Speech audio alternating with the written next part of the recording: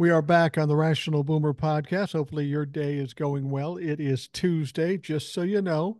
We're back on real time. I know I did a bunch of podcasts in advance while I was gone last week, but I'm back now. Eric is the co-host today, and he was on one of the shows last week, and I thank him for that. But it's good to be back right in the middle of things, and it's been a good day to be focusing on what's going on in New York because it's not going well for Donald Trump. No, no, it's not. Thanks for having me again, Mike. But today was a good day for us with the trial and everything. Well, you know, it's funny. It's funny with the anticipation of Michael Cohen testifying. I saw Republicans and I saw Democrats just freaking out.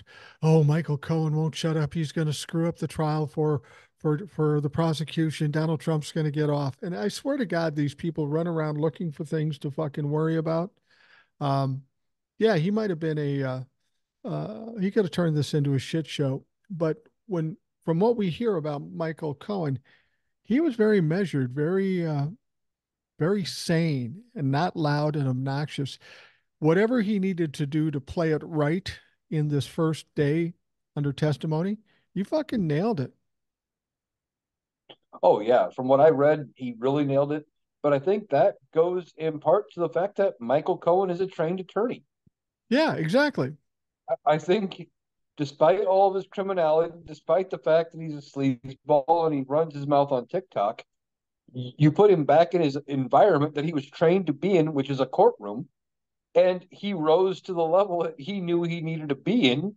Because I'm sure he knew if he pulled any shenanigans, I don't know what kind of a deal he's got worked out for his testimony, but he could be right back in the thick of it if he's not careful. Right, right. Well, I think what people have to understand is when they see somebody on television, they think that's who they are. And that's not who they are. Michael Cohen lost his job, lost his law license. So he had to try to recreate himself as some kind of media maven. He has a podcast that's doing pretty well, of course, and he's on uh, the cable media and the streaming media. And when Michael Cohen is on stage in that realm, he's got to do the little dancing monkey show. I mean, for me, if I'm doing the Rational Boomer podcast or the Rational Boomer on TikToks, I got to throw in the swear words. I got to be a little more intense sometimes. That doesn't mean that's how I am all the time. I mean, I don't swear in front of my granddaughter. So you kind of adjust depending on what theater you're in. Yeah, exactly. Like he knows, okay, to not get admonished by the judge and risk, because, it's not just Donald Trump that could get held in contempt. If he gets too far out of line, even as a witness, the judge could admonish him or hold him in contempt or fine him or something because there are rules in the courtroom, and Michael Cohen knows it. So he's playing to the audience of where he has to be because he knows what is needed in that performance. So after this trial is over, he's gonna go back to being the way he was on TikTok and talking shit about Donald Trump and everything else. Right. And this may sound cynical to a lot of people, but I understand this mindset. Michael Cohen is going into this trial and people are going to be talking shit about him. They're going to say everything about being a liar, going to jail, doing all this stuff, being a bully, and all of that is true. But he knows however he plays this and however he comes off in this trial is going to set him up for the rest of his life. I mean, in Oh terms of yeah. being a commentator or a moderator. So he knows this is his opportunity to try to come out of this as looking as much like a hero as he possibly can. Oh, I think that's part of it. And I think he also knows if he doesn't act foolish on the stand and things like that, like you said, he gets to be a media personality. He'll get taken seriously. Maybe CNN brings him on as an analyst or something. He might get a serious media job offer, um, just because he presented himself like a sane person. If he was up there ranting like a lunatic and being the crazy man we were worried he was gonna be, you're right. He wouldn't have any future after this case. Nobody would touch him. No, no, the thing about it is I'm just checking something here. Forgot his last name. Um, I'm trying to think. Well, if you're thinking I'm wrong about um, him trying to set himself up for a media position, I want to give you an example here. Well, let me just check this. I'm just okay. This is what I wanted. So I'm saying Michael Cohen is trying to set himself up for the rest of his career, maybe be a moderator, be a commentator, be something like that. And people will say to me, because I've said this before, and people will say to me, well, he's a criminal. He's been to prison. Nobody will ever accept him as a moderator. Well, tell John Dean that from Watergate, because that motherfucker's an elder statesman in media, and he went to jail too for Watergate. So it's all about doing something that Republicans don't typically do, look to the future. Uh, Michael Cohen has a great opportunity to bury Donald Trump. And frankly, what's that old phrase? If you're going to shoot the king, you better hit him. I Yeah, think, if you shoot for the king, you better not miss. yeah. And I think Michael Cohen's Yeah. in this situation because if he misses with, with Donald Trump and he's out in the wild someplace, it might be rough for Michael Cohen. Oh, maybe, but some highlights I thought from the Michael Cohen testimony so far. They talked about like early in his testimony, and it kind of got buried by everything else. I think they were talking about Trump University, Right. and they said he had to go deal with vendors that were behind on that Trump University was behind on payment for that hadn't been paid yet, and he got 48 out of 50 of them to take 20%, you know, of the value of the bill, and two of the vendors never got a dime. Yeah. Well, that's typical of Donald Trump. That's typical of Donald Trump. Oh, it is, but I think that needs more credit. Hearing the sleazeball who worked that deal admit to it, and Donald Trump seemed to smile during this. Like he perked up when they were talking about this great deal that happened.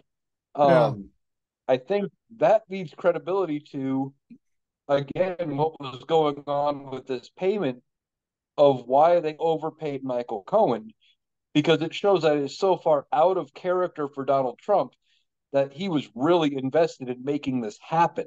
I think the prosecutors were spot on bringing that into evidence in the trial because it shows the type of person that Donald Trump normally would be when it comes to bills and paying people. Well, he is slippery and he's sneaky.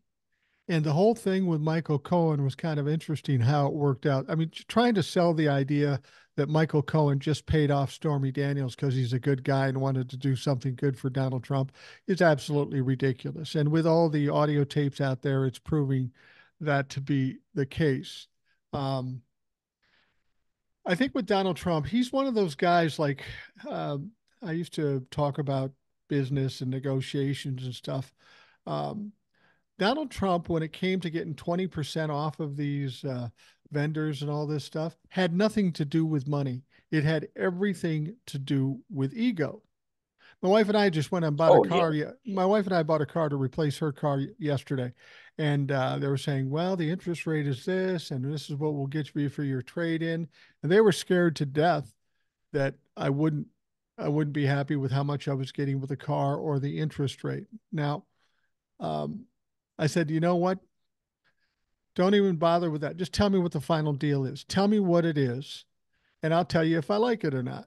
And if I don't like it, then we can adjust interest rates and money on the car if that's even possible. But so many people are in this just for the ego. It's not about the money, it's about the win. And if you take that attitude, you're always going to fucking lose in the long run. And that's why Donald Trump sat there and smiled because in spite of the fact that he's on trial for 34 felony charges, he smiled because he looked, he goes, I won that one. I won that motherfucker. Oh yeah. He saw it as a win, and he thinks he did something. He thought he made himself a good deal by paying these people 20% of the invoice or whatever it was. Right. In reality, he bankrupted a university and ran it into the ground and, didn't make any money anywhere. He didn't make a business move the whole way through. All you did was screw people over. That's not good business. No. One of the explanations that people are looking for now, Michael Cohen took a second mortgage on his house. He paid the $130,000 to Stormy Daniels. And then when they decided to pay him back, they paid him $35,000 a month for 12 months. And they released him from working for Trump, the Trump organization, and then he gave him another position as a lawyer for the president so that they in turn could give him what they were going to call a retainer or something like that, which is something he never ever got. Now, people will say, well, he gave him more than the $130,000. That just shows it was just money for legal fees. And I know you've looked into this. Why don't you explain that for the folks, why they paid him more? Well, from what Michael Cohen even talked about that on the stand today and how they came up with the number, and I don't remember all the math, but there was the $130,000 to repay his loan. There was a bonus for making it happen. There was Right, some other legal fees in there for some past fees that he had racked up and had already billed. And then they calculated out the taxes that he right, was going to have to pay on this money of them repaying him. And then they gave him more. They gave him enough money to pay the taxes on the 130,000 plus the taxes on the more money. Like they had to figure all that in, so he got all of the taxes back to make him even. That right. way, he wasn't, he wasn't out any extra money. But then they turned around and they had him work out a deal where he goes. They told him, and Michael Cohen testified to this.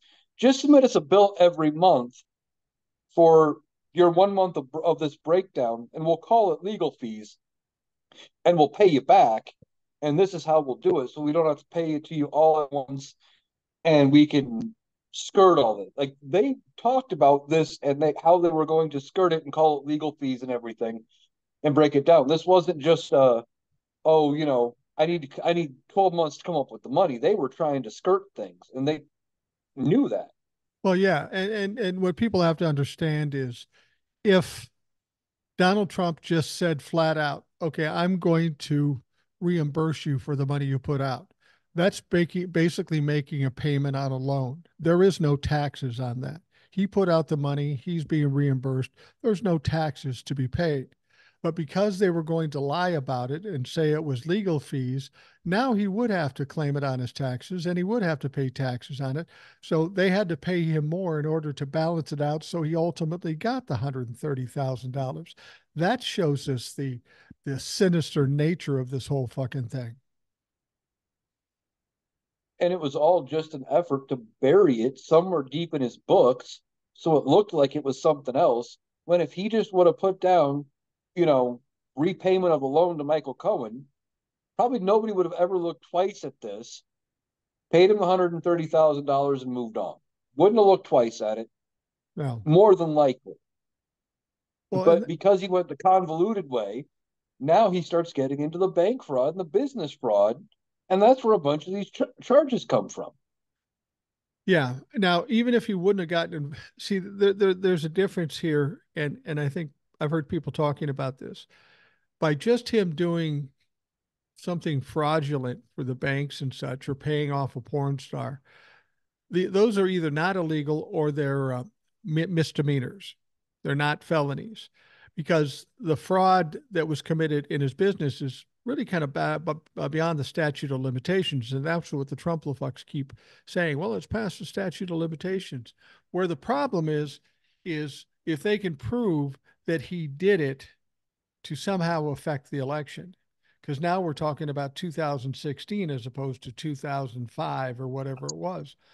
And there's where the felonies come in. If he did it to hide it, to make himself better off in the upcoming election, that's where the criminality is. And from what I've heard from the reporters that have been in there, from David Pecker all the way down to Michael Cohen at this point, they've laid out a pretty impressive case, step by step. They're not all the way there yet, but they're pretty close, and they're doing a masterful job at presenting this case. Oh yeah, and they're the biggest thing they're doing is they're tying everything, like they're not hinging everything on one witness. Right, They're bringing exactly. in three, four, five witnesses to tie everything together. Like the witness that came out and said, "Well, if Donald Trump didn't want to pay this check, he wouldn't have signed it in black Sharpie.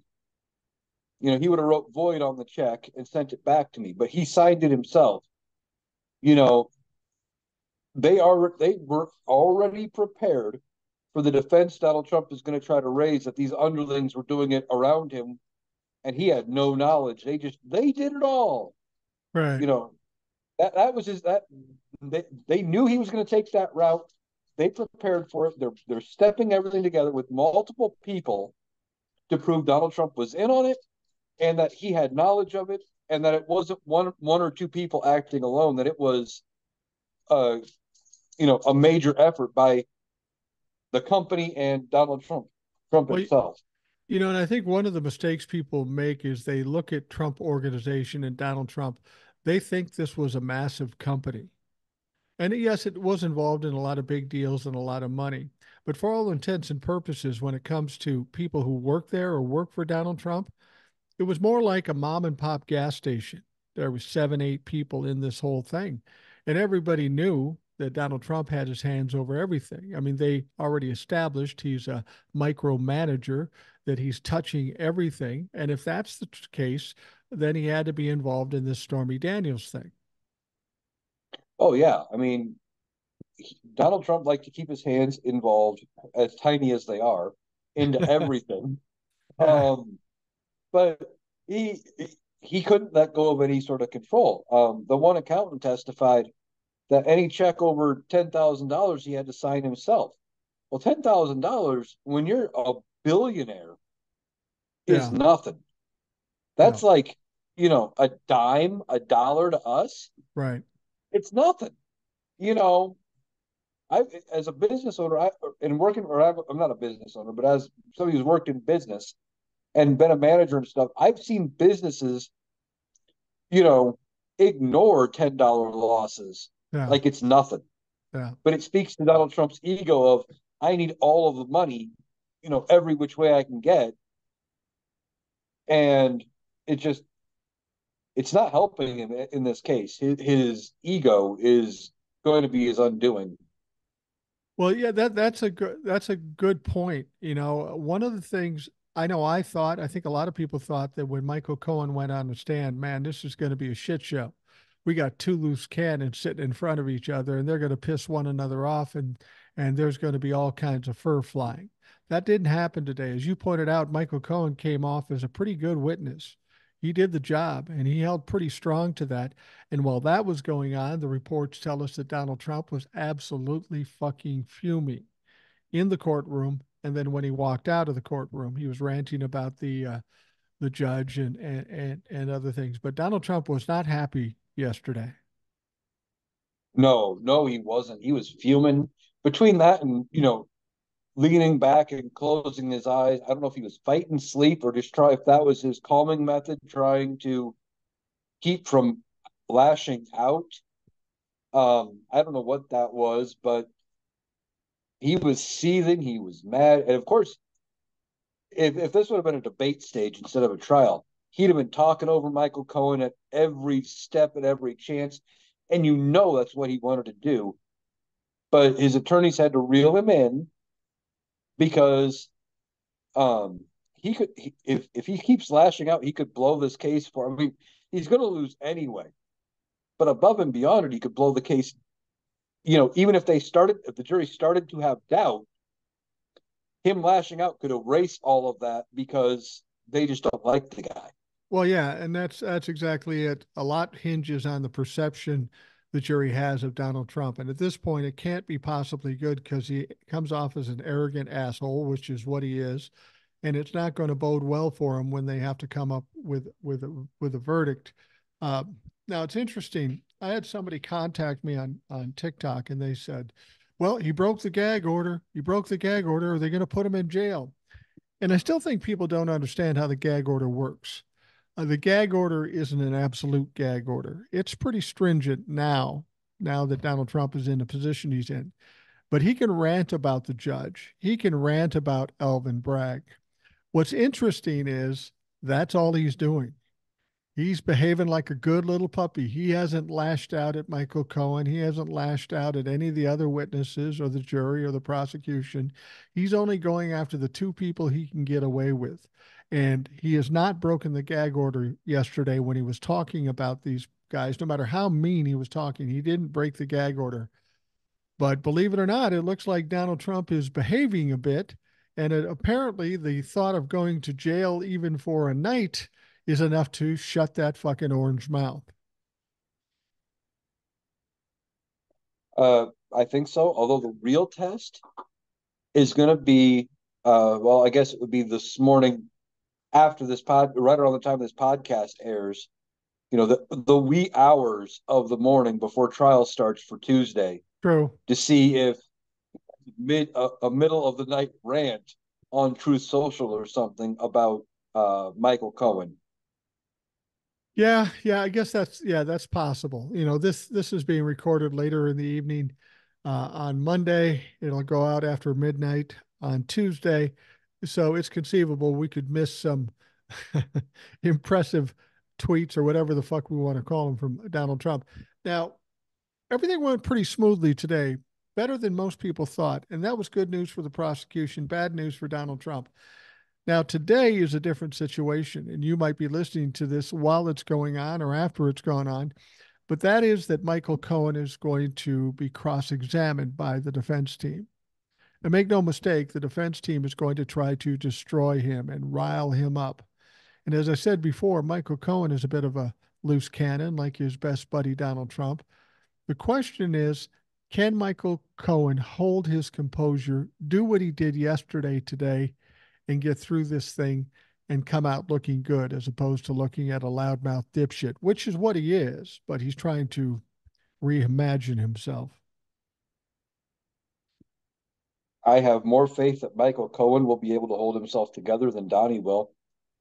I think the defense is going to get up there and they are going to try to press the fact that Michael Cohen has been to prison, that he is, has done these criminal acts, and it's going to be Michael Cohen's job to stand there or sit there and say, "Yeah, I did, but I did them with Donald Trump's knowledge for Donald Trump's benefit."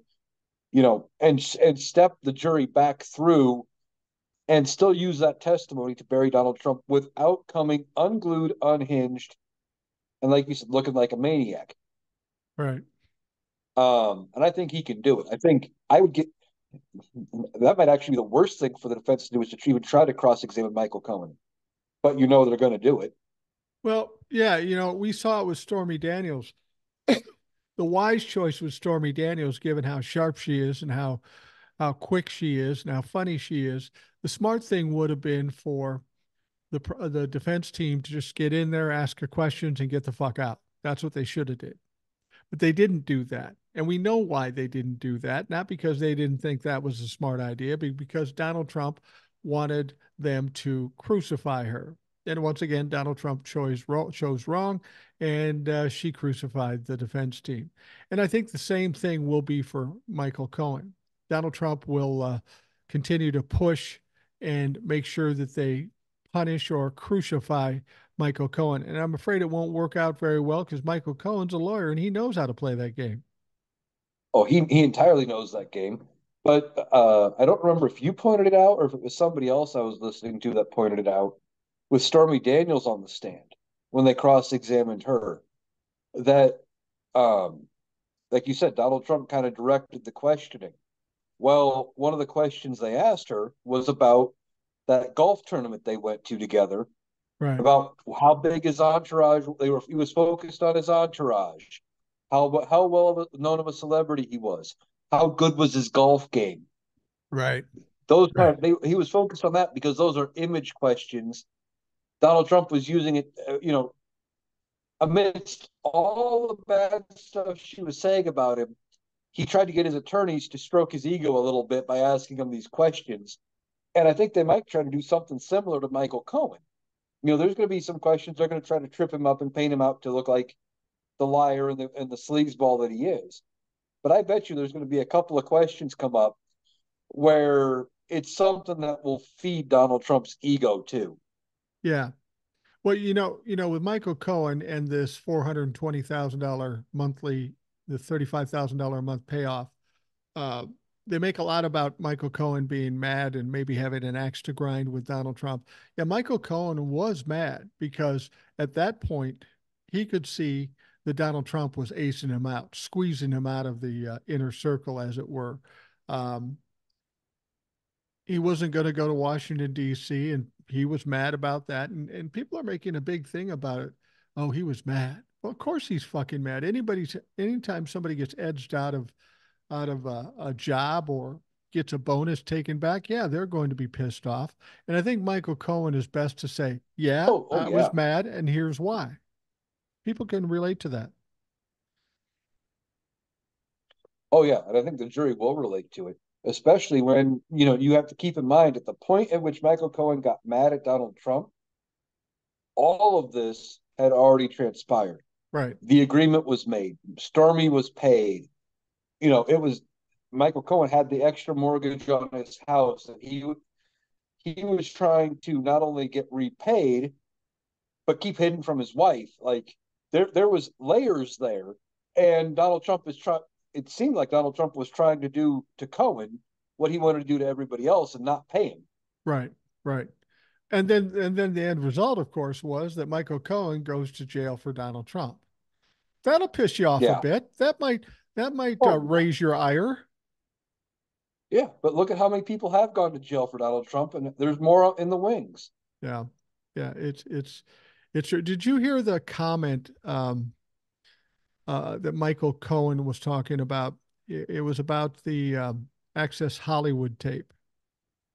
When that came, just before it came out, whatever media outlet went to the Trump campaign and said, "Hey, we're releasing this. You got anything to say?" And they were scurrying around like blind rats. Hope Hicks, Steve Bannon, who was the campaign manager at the time, Michael Cohen, and even involved was Donald Trump. There were some emails and there were some phone calls. And Hope Hicks, sweet little Hope Hicks, she was emailing with Michael Cohen, and she says, "Well, I have to hear it first to really know, but just deny, deny, deny." She learned at Yeah. the feet of the master.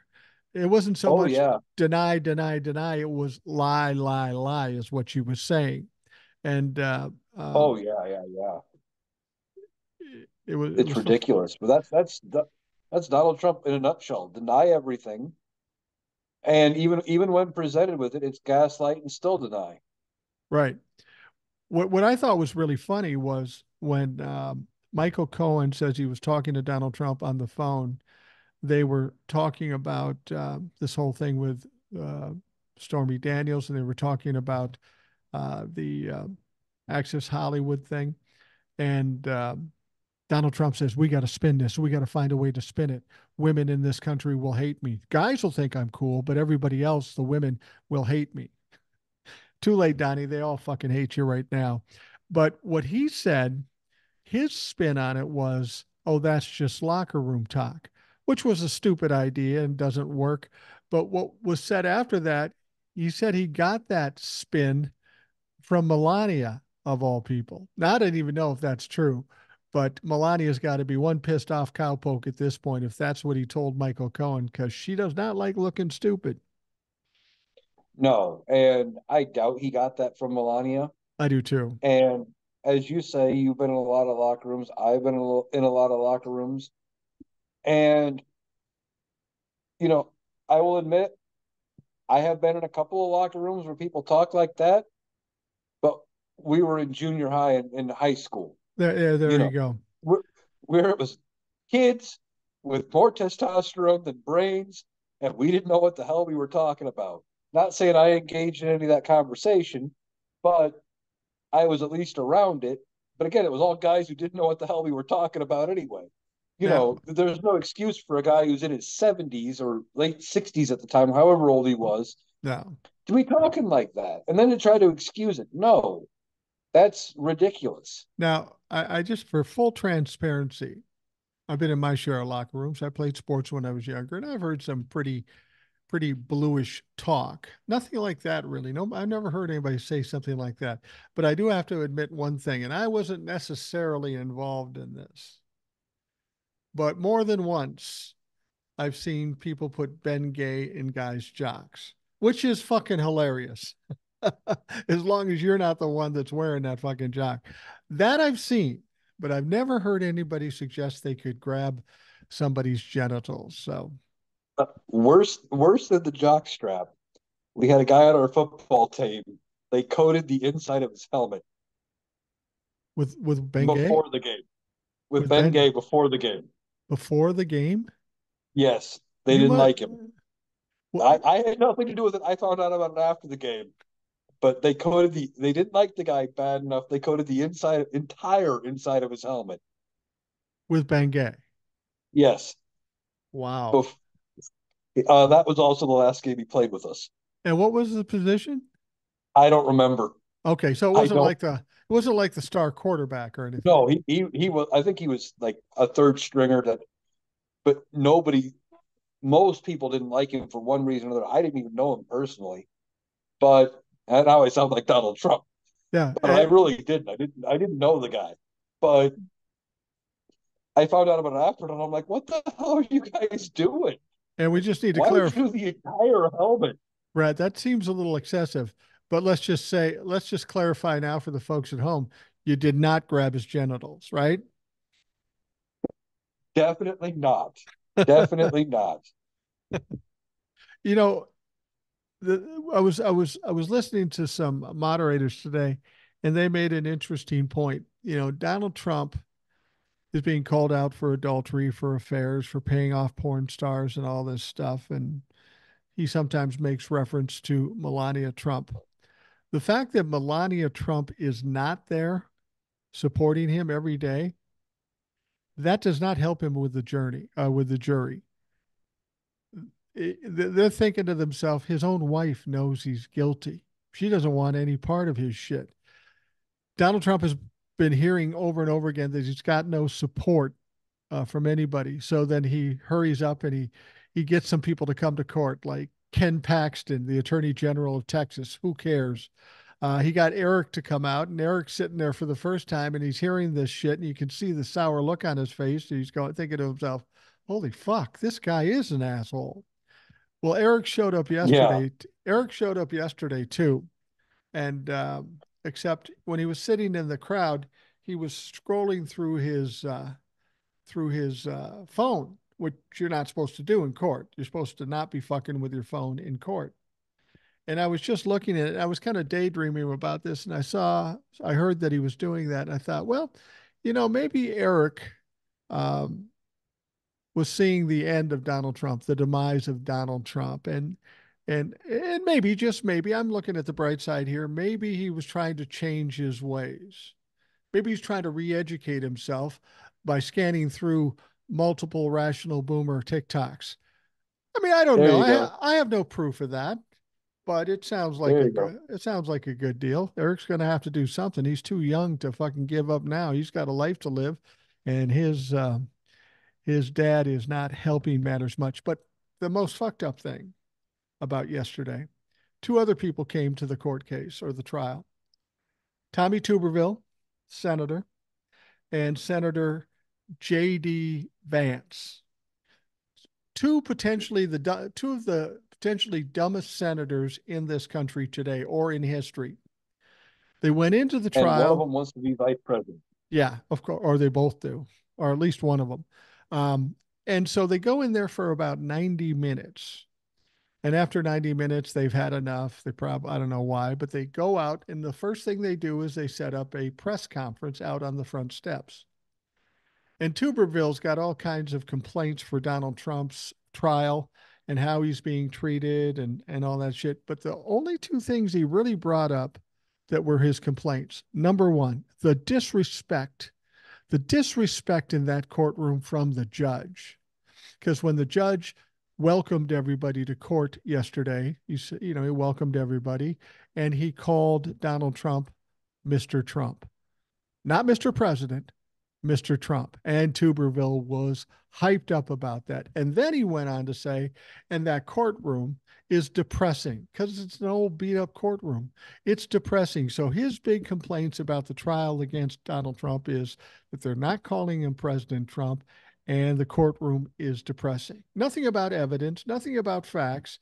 It's just about stupid shit like Republicans are known for talking about. Oh yeah. I mean, the whole thing about calling him Mr. Trump, though, I think is actually a sign they're trying to differentiate the man from the position Yeah. because the title of president could be too prejudicial for the jury and weigh too heavily on the decisions. Well, it must be okay because he was president or some bullshit. Yeah. Um, and the decor, it's a goddamn courthouse. You don't go there for the decor. If you're there, unless it's a civil matter, you're there because you fucked up. Yeah. You know, it's not meant to be some big fancy thing. You're not there to watch a theater show. What the hell? Did you see there was one other person that showed up Oh, in that little crowd with JD Vance and Tuberville? oh, Iowa Attorney General Brenna Bird. wow. I don't even know her. I don't know her, but you're She from just Iowa. got she I don't know much about her. She just took over from our previous attorney general a couple of years ago when she got elected in. And he was a longtime Democrat, and he'd been there for I don't even know how long. Um, but she took over. One of the first things she did was she put a hold on something involving emergency contraception, involving rapes and stuff, like where you would go to the hospital and when they were doing the kit and everything, they would just normally give you emergency contraceptive. And she put a hold on it pending some kind of a review, and I think that's still in place, Wow. going on 2 years later. But I made a TikTok about it, talk like, yeah, but she put that on the taxpayer of Iowa's dime. You know, we probably paid to fly her out there so she could sit in the courtroom, and watch this trial for Donald Trump when there's stuff here in Iowa that needs to be done. What the hell? Well, and what the hell? Why, nobody knows who she is. You do because you live in Iowa. I don't know who she is. I Exactly. live in Minnesota. How is she supporting Donald Trump if nobody knows who the fuck she is? Well, yeah. Well, the only reason I even knew who she was, like, I wouldn't have known her by name. The article I read listed her as Iowa Attorney General Brenna Bird, and then it clicked in my head as Wow. to who she was. Oh yeah, that's right. Because she's only been in office a short time and hasn't done shit. She hasn't done much. Yeah. Wow. I haven't heard much about your Like I governor as of late either. I think no, I haven't heard. Christy Nome has taken over so much of the news that your governor hasn't been able to get much shit. Well, that's a bad thing. I wanted to get as much shit as possible, but Christy Nome, good lord, comes out doubling and tripling down on shooting her dog, and then there's something about shooting a goat too, or something. Well, yeah, yeah, I don't know. that was the thing when she got called out about shooting the puppy dog. And then she doubled down about it. She goes, "Well, I shot a goat too. Like that makes it better." And then she starts talking about how she shot two horses that were elderly and sickly or whatever. They even had pictures of these horses in a gravel pit prior to getting shot, and her standing there with a fucking gun. This woman honestly believes that her shooting the dogs and the horses makes her look tough and would be beneficial in anything she's doing. It's pretty much destroyed her political career, certainly on a national level. She's not going to be the vice presidential candidate with Donald Trump. It makes no fucking sense. But this woman is kind of the female Donald Trump. No matter what happens, they'll always pick the wrong thing to say or do and just make Oh everything yeah. fucking worse. Oh yeah.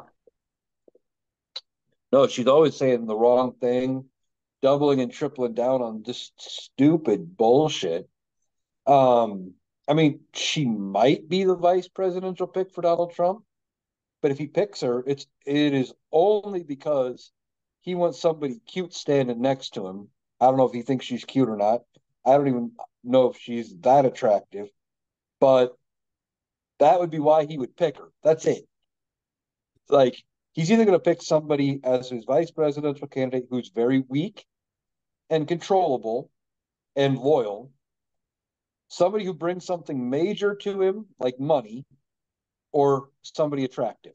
Well, Christine Nome from a distance looks all right for her age, but she wears a lot of makeup. And I saw some close-ups of her all recently, and I'm not going to ugly shame somebody. I'm hardly in a position to do that. but but every time I see her face close up, I think of Don Rickles because Don Rickles had this little thing. I mean, he would rip anybody, but he'd be standing on stage and he'd go, "Sir, what's your name? What do you do?" Uh, and the guy would tell him, and he goes, "And is this your lovely wife?" And he says, "Yeah." And he goes, he just he makes a horrible face about this woman, and they all laugh and stuff. Christy Nome is certainly ugly on the inside. This woman is just unbelievable, and she tries so hard to be the cover girl. She's too old to be doing that. And when you look close at her, you go, "Wow, that's." And I only shame her because she's going out of her way to play that role, the Alina Habba role, or whoever. And that woman has pretty much destroyed her career on a national level. Certainly, I can't speak to fucking South Dakota. They voted her in the first place. She'd probably vote her in the second time. But on a national level, I don't see her being the vice president at all. She's just too much negative to be dragging along, and Donnie's got enough of his own. Yeah, like I said, it might only be because he picked her because he thinks she's cute. Um, but she's got too much. She's got a lot of negative baggage. And to be fair, South Dakota doesn't carry a lot of electoral sway. No, He's probably going to try to pick somebody from a bigger state, um, that is maybe a swing state that he could maybe carry, or a heavier Republican state or a Republican leaning state that he would get electoral votes that way from. I mean, but he doesn't even, he's flailing in the race at this point. I mean, he was in New Jersey because he said New Jersey's going to be in play. He lost New Jersey by 16 points. He thinks Minnesota's going to be in play, no and way. he's going to be able to flip Minnesota. You know when the He's last insane. you know when the last time New Jersey voted Republican in a presidential election? 1988. Was it? 19 That's 32 years ago or 40 years ago, whatever. It's 35 years ago. New Jersey isn't going to flip. That would have been second Reagan. That would have been second Reagan, I believe. Yeah, yeah, I think yeah, second Reagan, right. And Minnesota, I mean, Jesus Christ, we have pockets of red Trumplafucks, but this this state to a large degree with the vast majority of the population is as blue as you can get. Hell, our governor passed marijuana and all kinds of laws kicking the Republicans' ass. There's no way Donald Trump wins this state. Just fucking no way at all. Yeah, but he came out. He said because he was talking about his little fundraiser up there the day of Barron's graduation, and he said he thought New Jersey was going to be in play Well, he better get or New some other ones in play Minnesota. because Florida may not be in play. In fact, let's talk about that when we get back from this quick break. We'll talk about the vice presidential stuff. I want to talk about Florida a little bit, having just been there a short time ago. Yeah, we got plenty to talk about. So let's take a quick break and we'll be right back.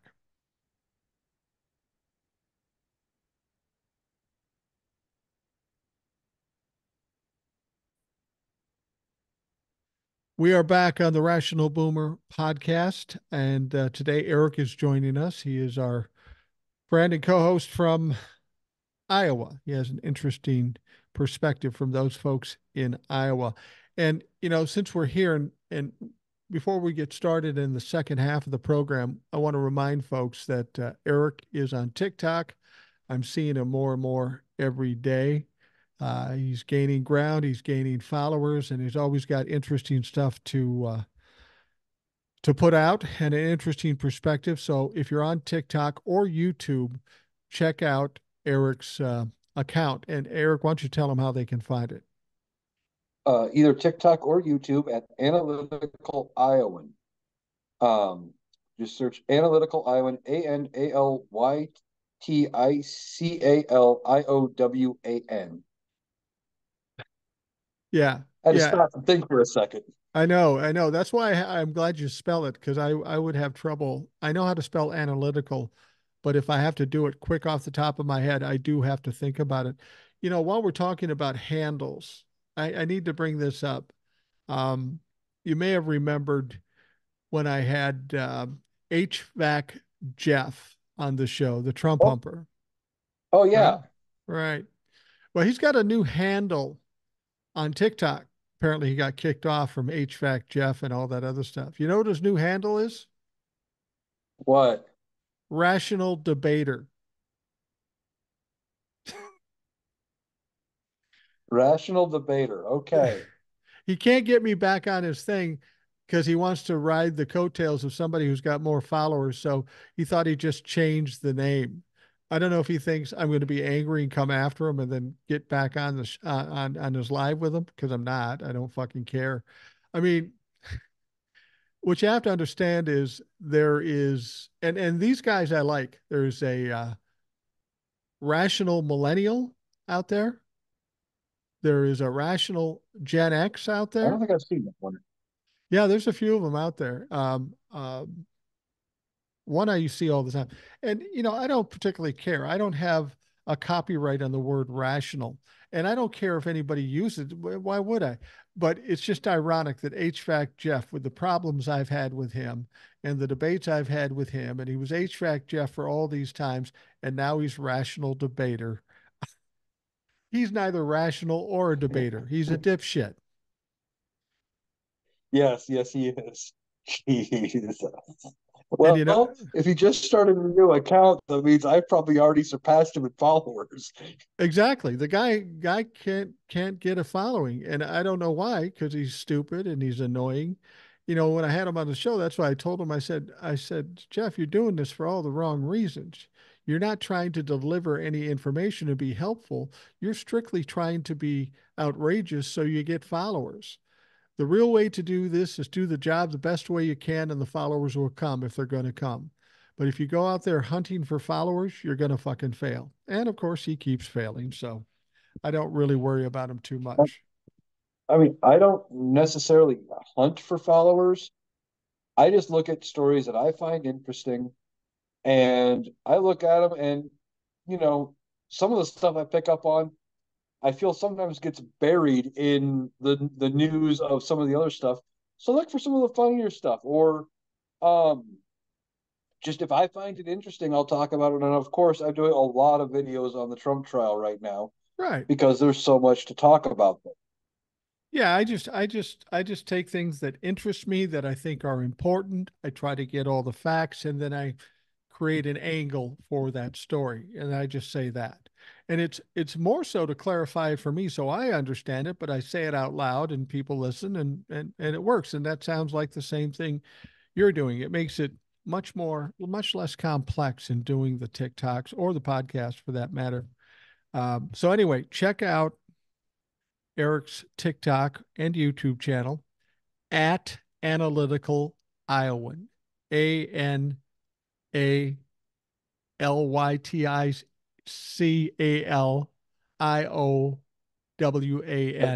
WAN. I thought I had a convoluted fucking name and hard to spell. um, I was saying my wife and I needed to get a different car because her car was kind of falling apart.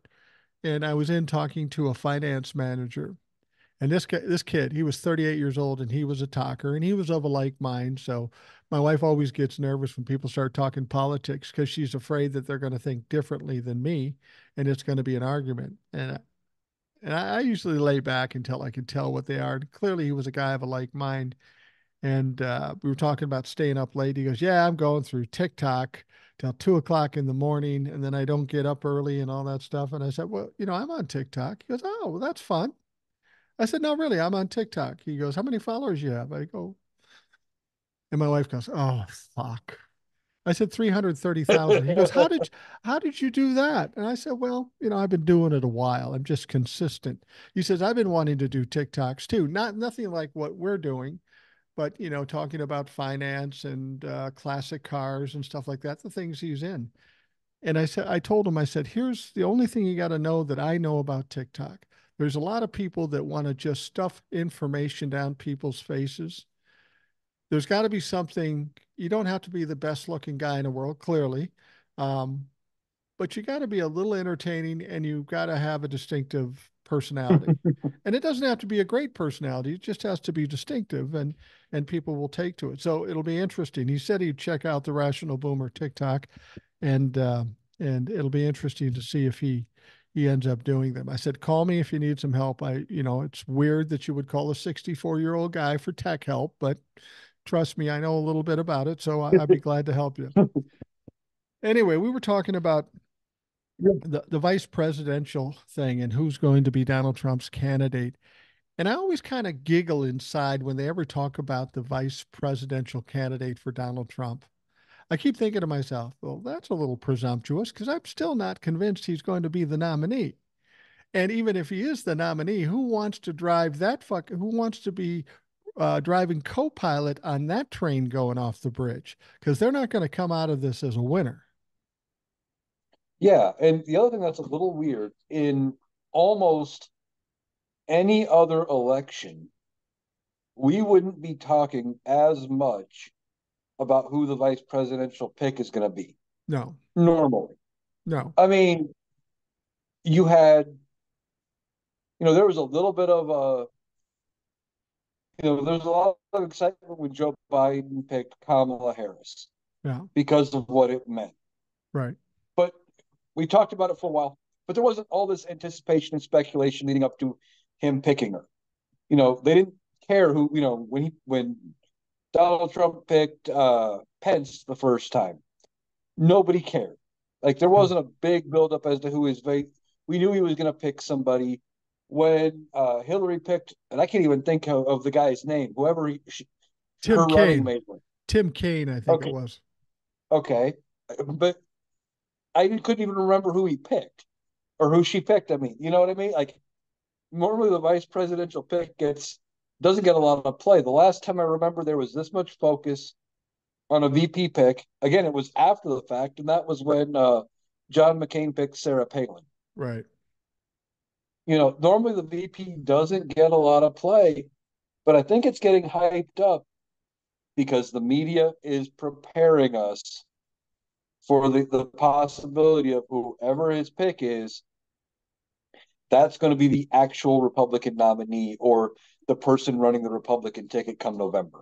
Well, and that's a good point. I was thinking to myself, why would these people want to be the vice presidential candidate when they can plainly see that Donald Trump doesn't have a fucking prayer of winning? And as I've talked about before, I'm not sure that he can handle it long enough to be the nominee.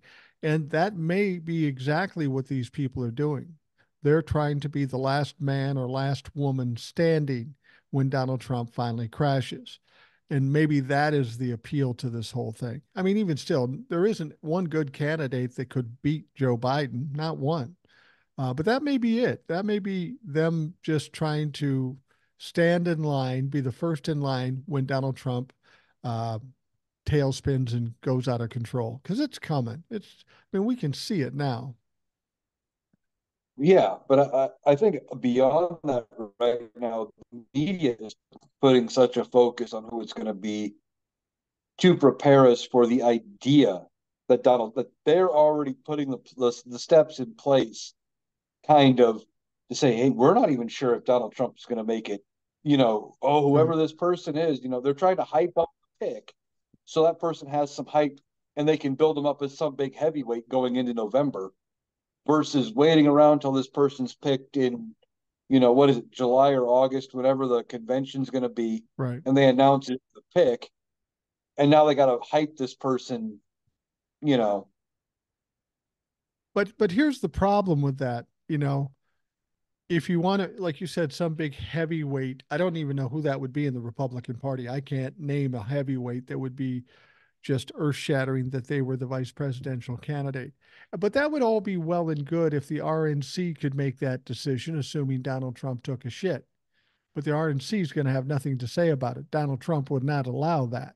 Donald Trump's going to make the choice, and I can guarantee you it's going to be some sycophantic. I'm going to have to trademark that one. Sycophantic dipshit that will do anything he tells him. And then when Donald Trump drops out, you got this weak sister of a candidate, and the RNC stuck with him because Donald Trump controls fucking everything.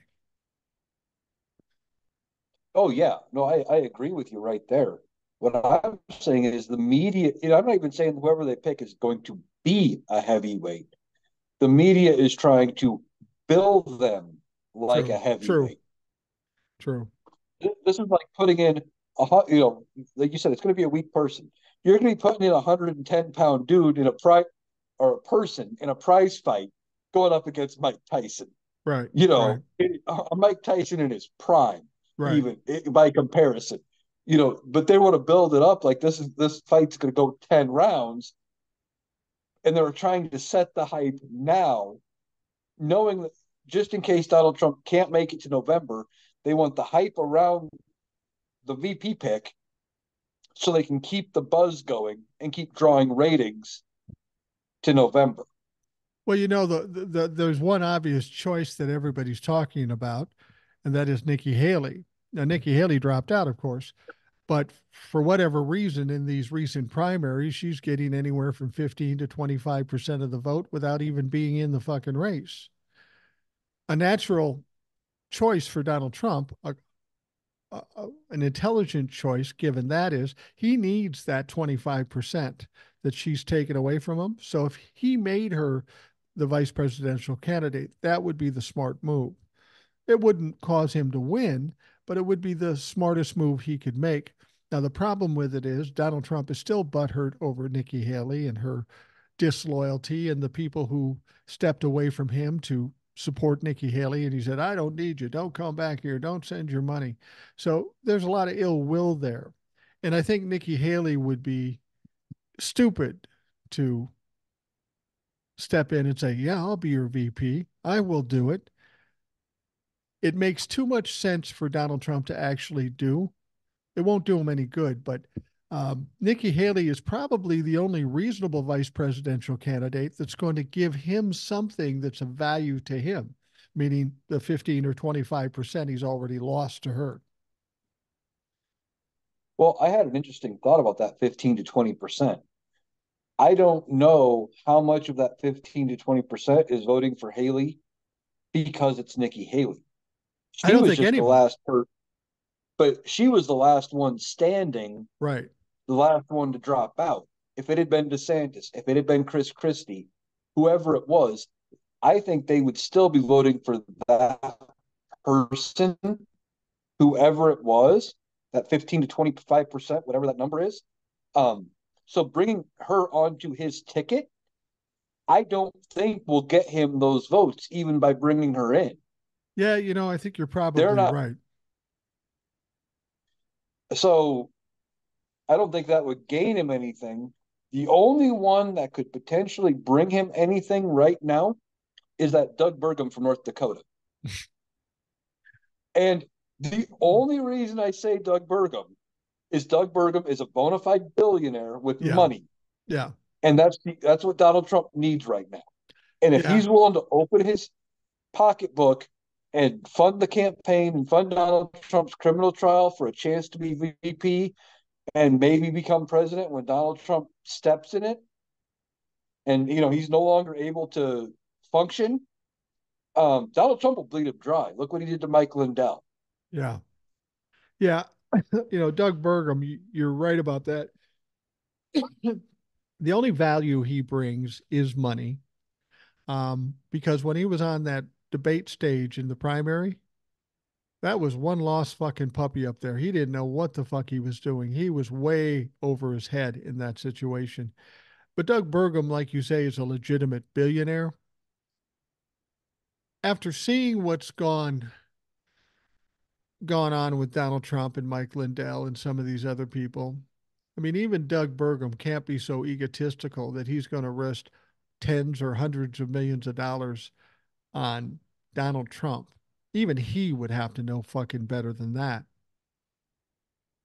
I think the only reason he would do it is if he had convinced himself and he saw the writing on the wall that Donald Trump wasn't going to make it to November and that he was going to step up and run.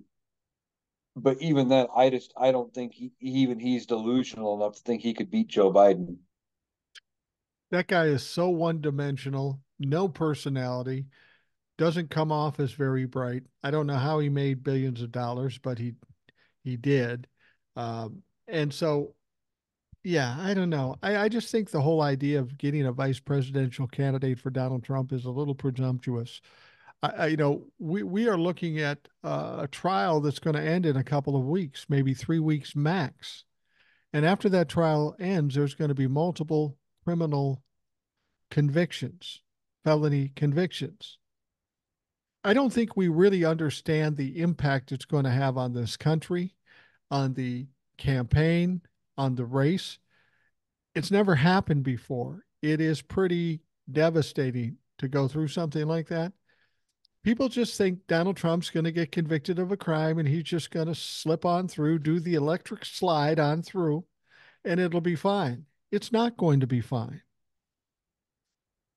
No, it's not. I hear it too. I've got a coworker who she's told me, she's like, we were talking about his fraud case and the E. Jean Carroll money and all of it. And she's like, well, he's just not going to pay it.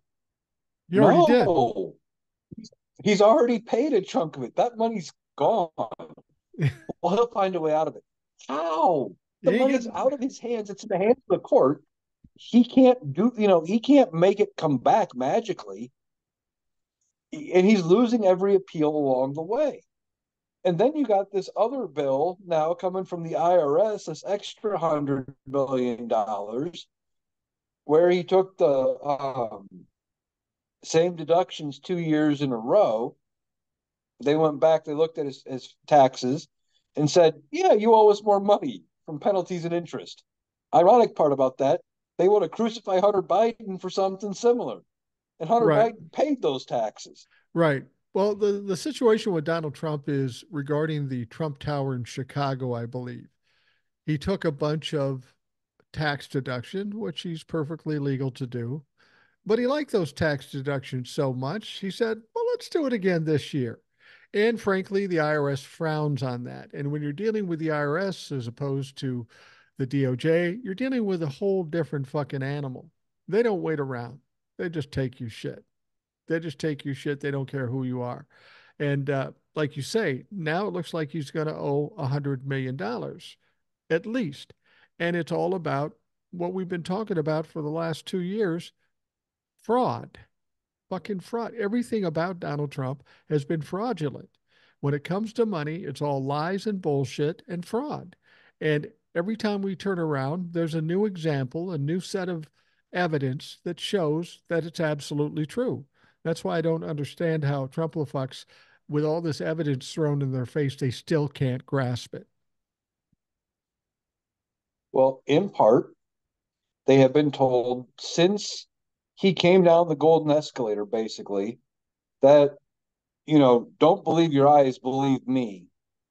Yeah. Don't believe the media, believe me. And for whatever reason, he was charismatic enough at the time, and he was a big enough name celebrity that Yeah. was voting with the right letter behind his name, that he captured the minds of these dumb fucks. And the simple fact of the matter is that Donald Trump would have lost in 2016. The Trump the fuck base wouldn't still be howling about how great he is. They would have moved on. Right. They would have moved on to the next person. The only reason they're still howling about how great he is because he took down the heir apparent in Hillary Clinton. Right. She was their big demon.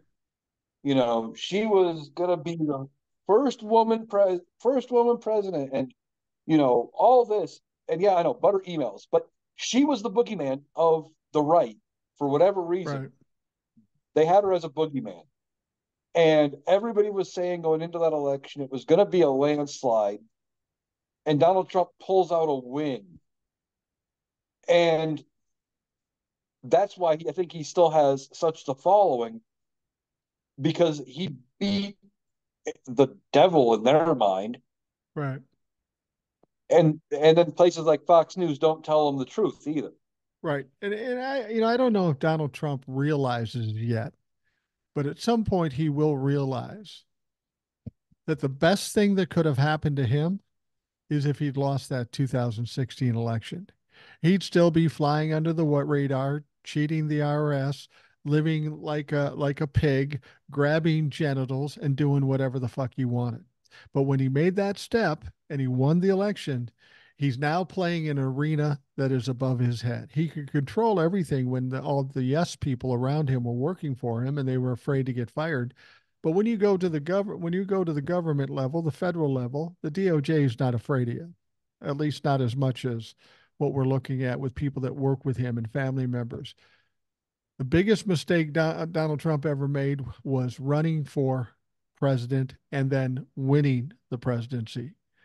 That took his life from relative ease until he died to riding out court cases and maybe spending in jail for the rest of his life. Just the stupidest fucking move. And again, it's all about ego, not about common sense. Oh yeah, like I said, he fell ass backwards into the presidency. He never meant to win, but that's also why they revere him so much because he did the quote unquote impossible. Even Democrats are just as much to blame. The Bernie bros that went from voting for Bernie in the primary to protest voting for Trump against Hillary, they take some of the blame. The media takes some of the blame. But the fact of the matter is, we were all complicit in thinking that Hillary was just going to cakewalk her way into winning. And this guy, this buffoon, speaks long, loud, and obnoxiously and somehow beats her. You know, they're never going to get over the fact he's some sort of a god for it, and I'll never get it. Well, if you look at the 2015, 2016 era, and don't go through the whole presidency because then it becomes atrocious and horrific. But from 2015 to 2016, when he wins the election, that whole premise sounds like a bad B movie. That would be a movie that somebody wrote, that somebody falls ass backwards into the presidency as derivative, stupid. Nobody would ever buy it. But here we are, we're living out the silliness. That's kind of a testament to this country, how little we paid attention at that time and how little we were cared and how we were um, inept as an electorate that we would even allow something that like that to happen. Anybody who voted for Donald Trump in 2016 should be absolutely embarrassed today. Oh yeah, and with your description, it kind of gave me an idea. It'd be like an old time B movie or like a made for cable movie, Yeah. made for TV special. One of those crappy movies they play at like 2 o'clock on a Thursday afternoon when no one was home, just to fill a time slot. And that would be the story you could sell about Donald Trump winning the presidency. We would have it, it would have been like a cheap comedy Yeah. and played for laughs if it was on. But it happened in real life because we got complicit and a lot of us expected Hillary to win. Right. And the guy that would have played the president in that B movie would have been Pauly Shore, Jamie Kennedy, somebody of that ilk. Because that's how goofy fucking Donald Trump is. maybe a Steve Martin, a Jim Carrey. No, those are A-listers. They would never play that fucking role. It's Oh, but maybe not that. Maybe not that name, but that personality. yeah, yeah, something fucking goofy. But that's the point. And here we are now by going through this little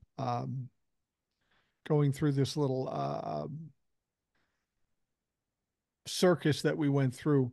Do you think, I personally think, and maybe I'm just too optimistic, I think what happened in 2016, if we want to look at the bright side of it, I think Donald Trump and the Republicans over the last 7 years have woken a sleeping giant. People who have been apathetic for decades and decades and really didn't get involved in politics. I'm sensing now that more and more people are awake and involved in politics and listening to it mainly out of fear. You mentioned that Joe Biden and uh, some of these other situations wasn't that Joe Biden was such a great candidate. It was that everybody was afraid of Donald Trump actually winning. I think Donald Trump loses more on people voting against him than people voting for whoever his opponent is. But do you feel like people are more awake now, the average Joe, that I mean, I know there's still plenty that don't know fuck all about fuck all, but I think there are more people actually Yeah. interested. No, I think you're right. There are more people interested, but I think it wasn't so much that they woke people overall. I think Donald Trump getting elected, it woke a generation. Oh yeah. You brought you brought you woke up the millennials. Most of my generation was content, and to some extent, from what the Gen Xers I know, were content with sitting back, letting the boomers and the silent generation continue to run things because these are the names of the people we'd always heard there since '92. There'd been a Clinton somewhere in the White House. There'd been a Bush. Oh, we had Bush Jr. then, or Bush Sr. then Bush Jr. Dick Cheney came back. We were kind of letting things ride, and then Donald Trump gets in, and then people, those that were not overly paying attention, they paid attention after he won, Yeah. and then after he got inaugurated, and they started paying attention to him because they paid, 2 or 3% attention to national news, something like that. And then they started listening to this guy talk, and they're like, "Holy shit, what did we do?" And the light bulb clicked on, and they started seeing how bad things were getting. And I think they woke up a generation from like, oh, we can't let these old people be in charge anymore. Yeah. And even though we had to go back and we got uh, not Donald Trump, we got Joe Biden to beat Donald Trump. I think he was the best person at the time because he could still reach across the aisle and get deals done with some of the old time politicians that were there. Um, but I think we're going to start seeing I want to say it's going to be the end of an era for the old politicians because there's a good chance my generation may end up right back in that same boat where we're 60, 70 years old and we're in power. But I think we're going to start seeing a move away from the baby boomer silent generation Yeah. politicians. As much as millennials make fun of baby boomers or Gen Xers, I will say this. If Donald Trump and the Republicans woke up the millennials, I have two millennial sons. You don't want to fucking do that. You wake them up, they'll eat all your food, clog your fucking toilet, crash your car, and then they'll move into the fucking basement. That's what they'll do. So Yep. be careful when you fuck with millennials. Yep. Oh yeah. And then by extension, you know, Republicans turned around and between COVID and then fucking with Roe v. Wade, you brought Gen Z into the fight way earlier Yeah. than they probably would have been brought into the fight. Yeah. Between fucking with COVID and fucking with Roe v. Wade, you know, maybe I'm overgeneralizing because of the millennials being, you know, more what's the word I'm looking for? Uh, Laissez-faire about it. They were hands off with politics. A lot of my friends that are my age didn't start getting into politics till about the 2016 Yeah. election, really, when Donald Trump got elected. Like some of them were big in it, but a lot of them were they were hands off. They paid very little attention to national news. They went about they just wanted to live their daily lives. Um, Well, I think millennials are getting to a point now where the realization is coming in that yeah, we got bills to pay. We got jobs we have to go. What, people say, wouldn't you want to be younger? I don't want to be younger because I know what life was like when I was the age of a millennial. Life's hard, man. It's fucking hard, and it's tiring sometimes. But I think, I look at my son who's 36 and one son that's 30. Real life has fucking hit them flat in the face, and they don't weren't necessarily clear on what real life is, because mom and dad took care of a lot of shit. uh, but once that hits them in the face, they have to make more considered decisions. They can't just be, like you say, laissez-faire about things. They've got to legitimately think about the future, because now they got kids, and that changes your whole perspective on yeah. anything you fucking do. Well, yeah. Well, I think where I was going with that was, we were all, late 20s, early 30s before we got smacked in the face with reality and Right. kind of woke up to politics. But with COVID and uh, then the overturning of Roe, you got Gen Z, some of which are still in high school Right. through COVID, who graduated, you know, through a television or a Zoom call graduation ceremony or whatever, or a drive-by graduation ceremony thing they did at a couple schools around here. However, they managed to do it around COVID restrictions. You brought in Gen Z into the fight at 18. They're going to be out voting at 18, not because they're concerned and they're worried, not because of a sense of patriotism or anything else like that. You woke up two generations with two big blunders, all because we fucked up and voted in Donald Trump. Yeah, I constantly hear, not so much from my kids, they don't talk the shit, but you'll hear millennials blame the baby boomers, and maybe that's justified. Maybe they blame baby boomers, and I'm kind of a hybrid. I'm kind of close to a Gen X, but I'm on the young age of the boomers. I'm a boomer technically, uh, but I will always hear millennials. Not all of them, of course, but some of them blame the boomers for how tough their life is.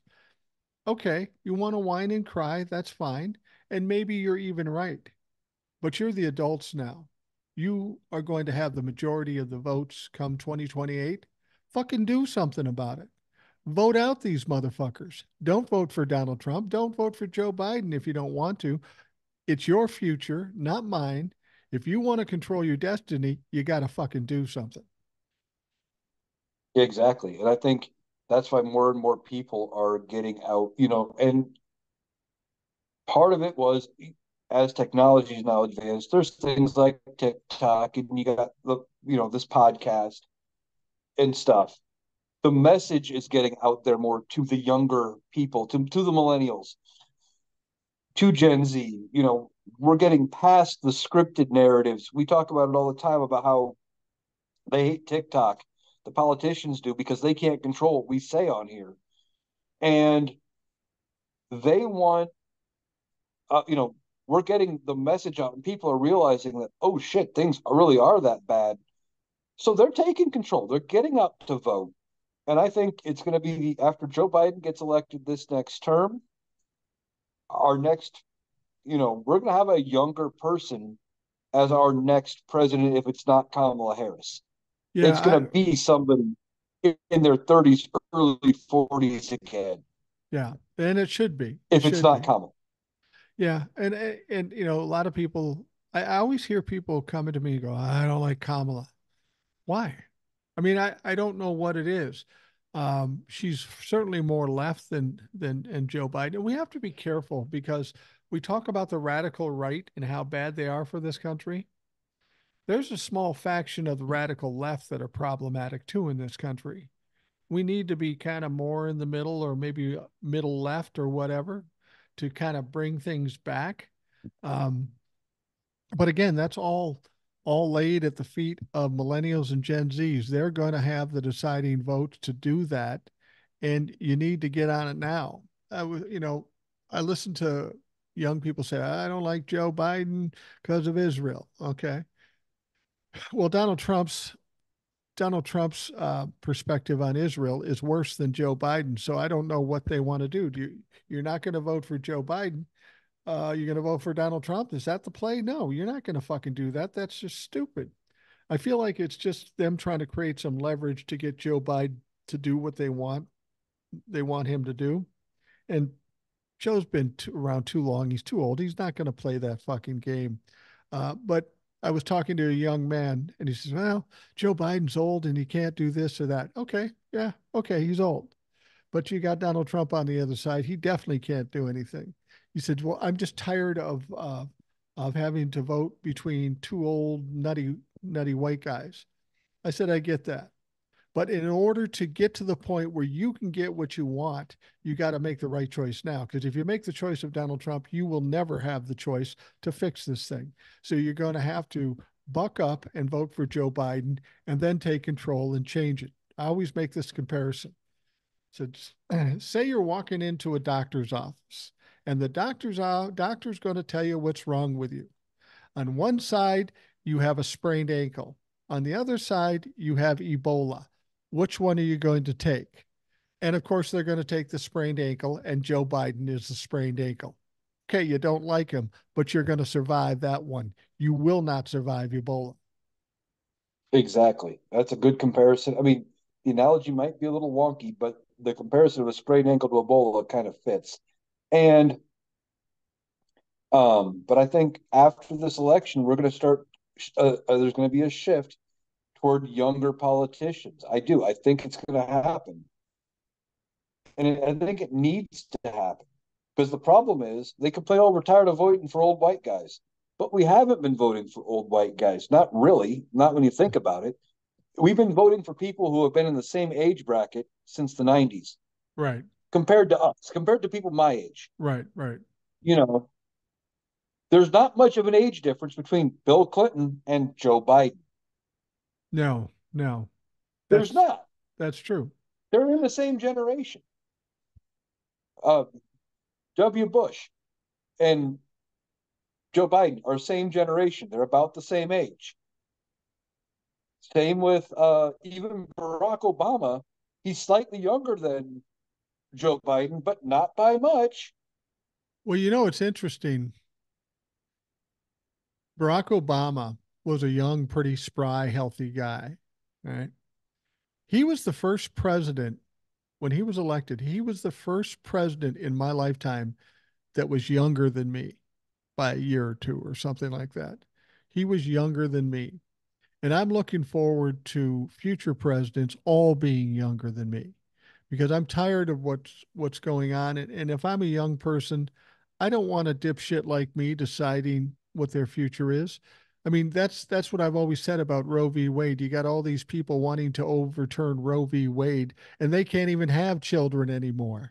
They probably aren't even having sex anymore. They're so fucking old.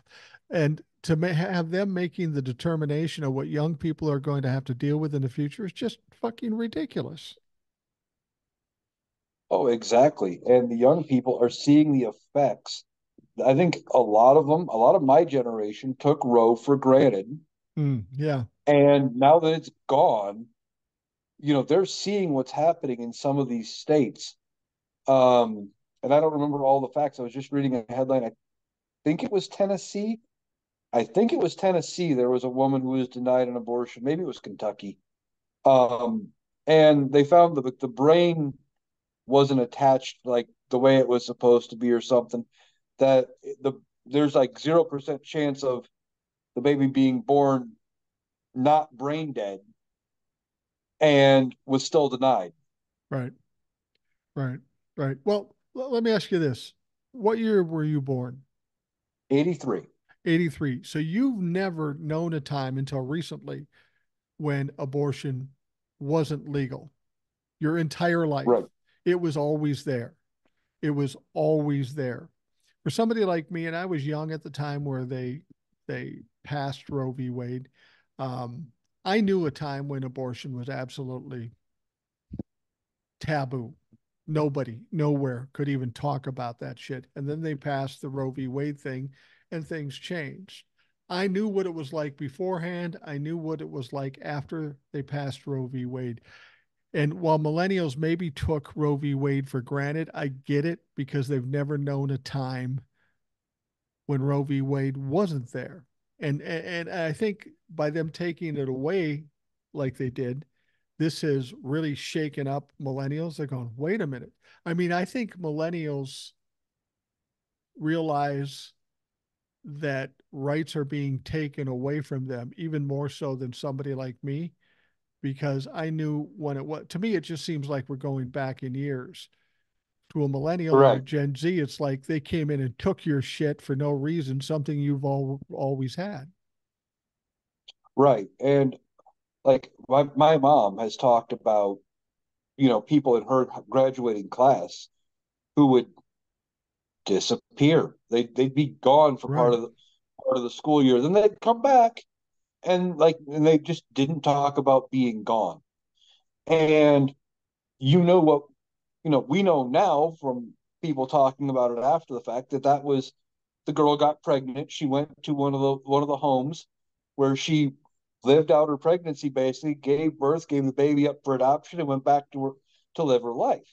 And like people like my mother look at adoption as a cure all for all Yeah. pregnancies.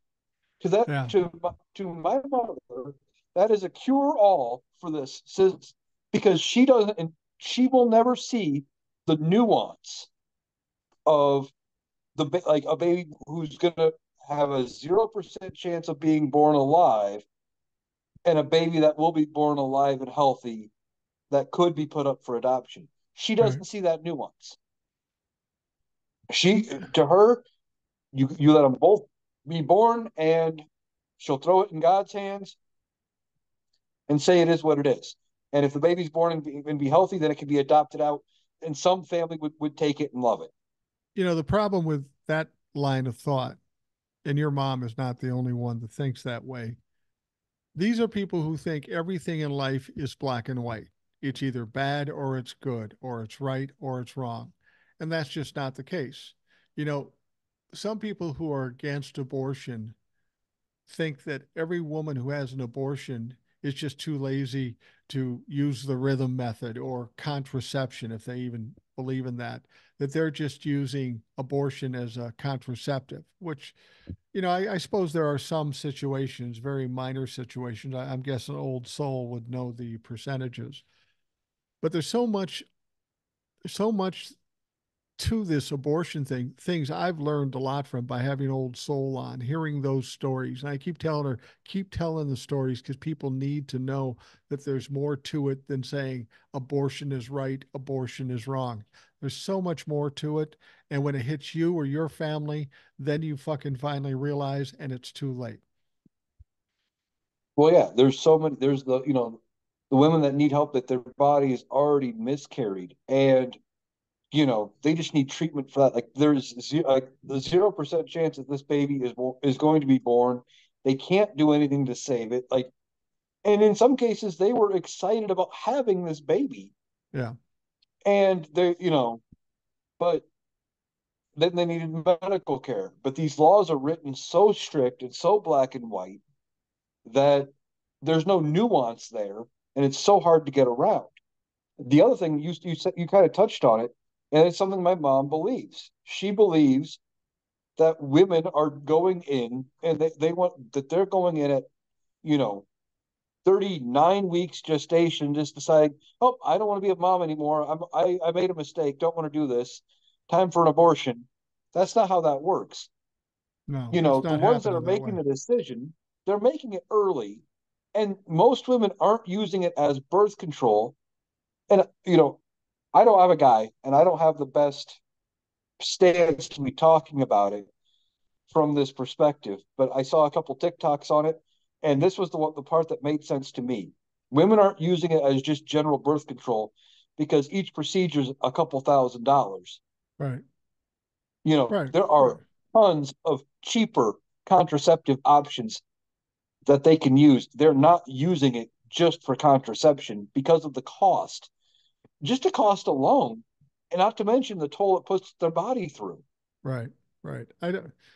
I would think the vast majority of people who have gotten pregnant um, don't look at abortion as an easy way out. It's not an easy way out. It's a very difficult, very traumatic situation. You know, the thing about it is I'm not going to sit here and say, "Oh, I love abortions. Abortions are great." As a concept, I don't like the idea of it. But that's just some old white guy looking at it in a black and white situation.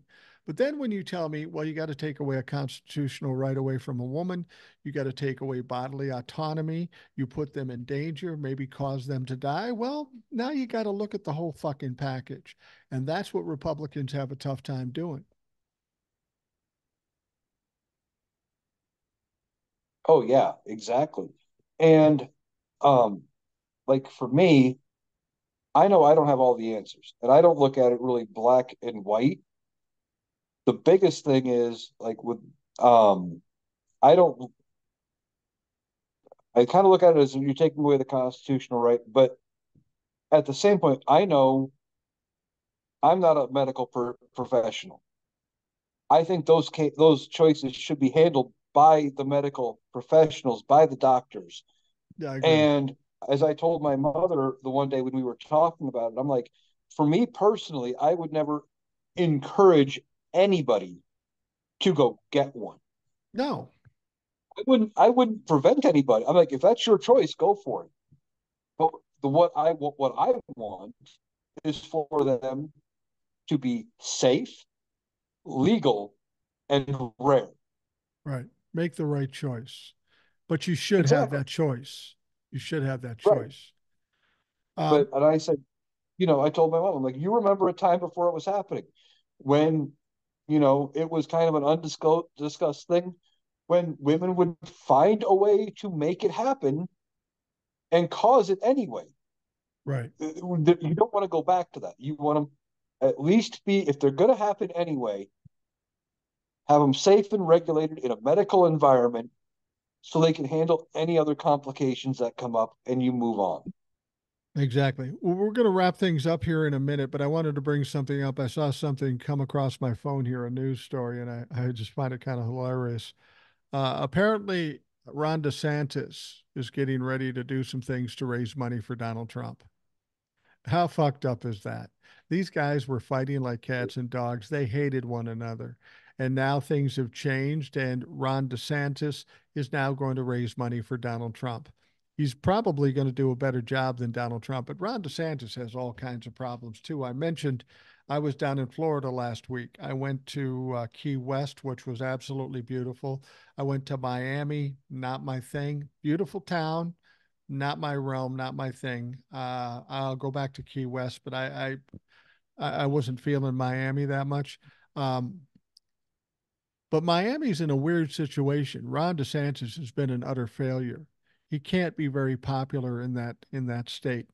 The whole abortion thing was a big deal down there, and now they've set it up where uh, abortion has a 6 week maximum. So they basically abolished abortion altogether in Florida. And this has got to be freaking out a lot of people, Democrats and Republicans. And where they really fucked up is they're going to put the question on the ballot. And I'm trying to explain to people if you put the question of abortion on the ballot, you are going to see Democrats come out in fucking droves. Because whether it's politics or not, this is something the vast majority of people want. They want that choice. They want Roe v. Wade. And that's where Florida fucked up because they're going to get all these Democrats coming to the ballots. And that's going to make it that much harder for that state to stay red. And why that's critical is honestly, with the way the electoral votes go, if somehow Florida turns blue, Republicans don't have a fucking prayer. A Oh no. Republican And if Democrats win New York, California, and Florida, it's fucking over. yeah, and um there was a couple things that made me question about Texas too. And if they flip both Florida and Texas, it is over. Even flipping Florida by putting um, Roe v. Wade on or the abortion access on the ballot in Florida, you have almost guaranteed Joe Biden takes Florida. Yeah. I would almost guarantee it because you have tied Donald, especially if Donald Trump is the Republican nominee on that ballot, you have tied his name to abortion access. There will be people who have never voted before in their life that will show up to vote, and they might only vote for two spots on that entire ballot. And that Right. would be against Donald Trump and for abortion access in Florida. Well, Donald Trump's already fucked up in Arizona. I think he's already lost Arizona at this point with the way that went. You know, they had the draconian 1864 um, law come out, and then they repealed it, but they still have limited abortion rights there. And Donald Trump just kept saying, while they had the draconian law, he said, "Yeah, just turn it back to the states." Well, dipshit, they did that, and that's what people in Arizona are having to deal with. And now the people of Arizona don't trust the Republicans in Arizona because they're trying to take away the abortion rights with him. I think he fucked up Arizona. He's in the process of fucking up Florida. Texas, I don't know enough about Texas. And every time I have Jace on here, he's not convinced that Texas can turn blue. He's got kind of a negative attitude about that prospect. And I kind of have to defer to him because he knows more about it than me. But I would love to see Texas and Florida turn blue and watch those Republicans shit themselves. Well, I don't know how likely it is. I've just heard some grumblings about different things, especially with their abortion stances and stuff. That makes me think it's at least possible they flip Texas just based on that. But if they flip Texas and Florida, you know, this cycle and things improve in Texas and Florida and things improve nationwide, it could be a while till they flip back. And that could be, beyond losing this cycle being a death knell, that might be the real death knell of the Republican Party. Yeah. You know, usually you don't turn things around just like that. So if they lose in 2024 and Florida's blue and even Texas, if that actually happened, was blue, it's not going to come back by 2028. It may be 32 or 36, and I'll be too fucking old then. I won't give a shit. But the Republicans are hanging by a thread here now, and they are doing absolutely nothing to save themselves. No, they're not saving themselves. I mean, it's good. I don't see what their Hail Mary pass is going to be. For the maybe to switch, maybe a better metaphor uh, is it's the bottom of the ninth, nobody on, uh, with two out, And it's 0-2 and for count. the Republicans are up to yeah, it's an 0-2 count, and the Republicans are trailing by 4 or 5. Yeah. Yeah. It's Like not looking good. It's not looking good. no. Well, Eric, I'm going to wrap things up for the Rational Boomer podcast. I want to thank you for coming on. It's always a pleasure to have you on and get some perspective from somebody else other than this fucking clown, me. But I appreciate you coming on. Thank you very much. Well, thanks for having me. I thought maybe you'd want to have somebody help talk some shit after Michael Cohen was on the stand. So I did. I wasn't did. doing anything else. I figured, oh, sure, why not? That sounds good. Yeah, I appreciate it very much. And for the folks listening, thank you for taking the time out of your day to do that.